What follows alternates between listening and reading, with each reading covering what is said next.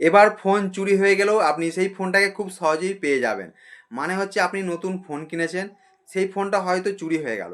চুরি হয়ে যাওয়ার পরেও আপনি সেই ফোনটাকে খুব সহজেই পেয়ে যাবেন।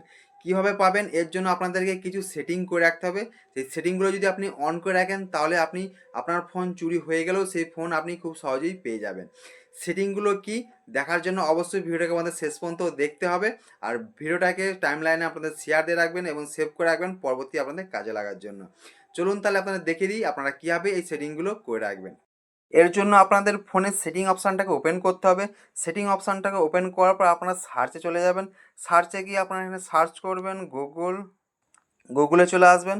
গুগলে চলে আসবে, এখানে দেখতে পাচ্ছেন আপনারা অল সার্ভিস, জাস্ট আপনারা অল সার্ভিসে চলে আসবেন। অল সার্ভিসে আসার পর আপনারা একটু নিচের দিকে আসবেন। অল সার্ভিসে আসার পর আপনার সামনে আরেকটি পেজ ওপেন হবে। আসার পর নিচের দিকে এখানে দেখতে পাবেন এখানে যে থিপ প্রোটেকশান, জাস্ট আপনারা এই অপশানটাতে চলে আসবেন। এই অপশানটাকে ওপেন করলে আপনারা এখানে দেখতে পাচ্ছেন যেখানে সিম্বল দিয়ে দিয়েছে যে আপনার হাত থেকে অন্য কেউ মানে চোর আপনাদের ফোনটা নিয়ে কিন্তু দেখুন ফোনটা কিন্তু নিয়ে চলে যাচ্ছে। ফোন নিয়ে চলে যাওয়ার সাথে সাথে দেখুন ফোনটা কিন্তু লক অফ হয়ে গেল।